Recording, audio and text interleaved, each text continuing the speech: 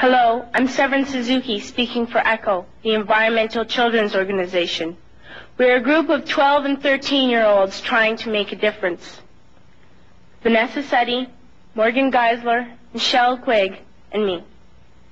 We've raised all the money to come here ourselves, to come 5,000 miles to tell you adults you must change your ways.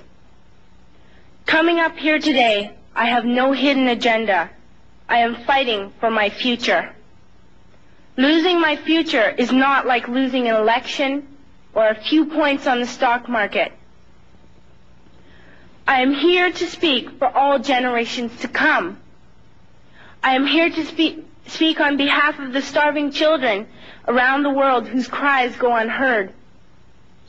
I am here to speak for the countless animals dying across this planet because they have nowhere left to go. I am afraid to go out in the sun now because of the holes in our ozone. I am afraid to breathe the air because I don't know what chemicals are in it. I used to go fishing in Vancouver, my home, with my dad, until just a few years ago we found the fish full of cancers. And now we hear of animals and plants going extinct, every day vanishing forever.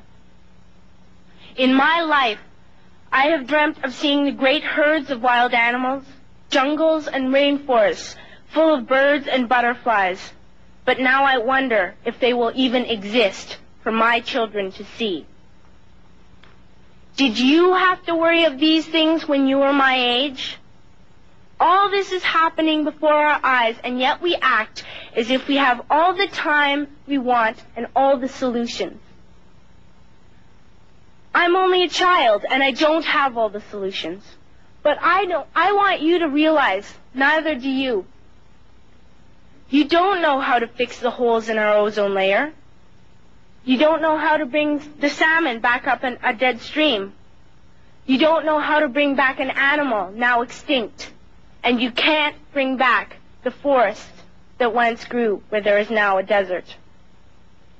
If you don't know how to fix it, please stop breaking it.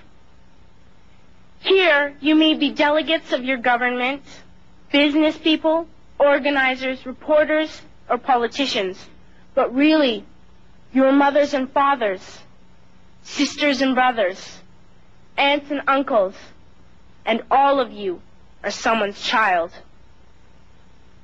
I'm only a child, yet I know we are all part of a family. 5 billion strong. In fact, 30 million species strong. And borders and governments will never change that. I'm only a child, yet I know we are all in this together and should act as one single world towards one single goal. In my anger, I am not blind, and in my fear, I am not afraid of telling the world how I feel. In my country, we make so much waste. We buy and throw away, buy and throw away, buy and throw away, and yet northern countries will not share with the needy. Even when we have more than enough, we are afraid to share. We are afraid to let go of some of our wealth. In Canada, we live the privileged life, with plenty of food, water, and shelter. We have watches, bicycles, computers, and television sets. The list could go on for 2 days. 2 days ago, here in Brazil, we were shocked when we spent time with some children living on the streets. This is what one child told us. I wish I was rich. And if I were, I would give all the street children food, clothes, medicines, shelter, and love and affection. If a child on the streets who has nothing is willing to share, why are we who have everything still so greedy? I can't stop thinking that these are children my own age, that it makes a tremendous difference where you are born.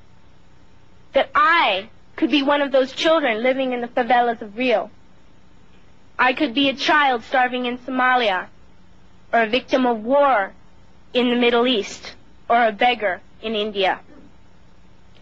I am only a child, yet I know if all the money spent on war was spent on finding environmental answers, ending poverty, and finding treaties, what a wonderful place this earth would be.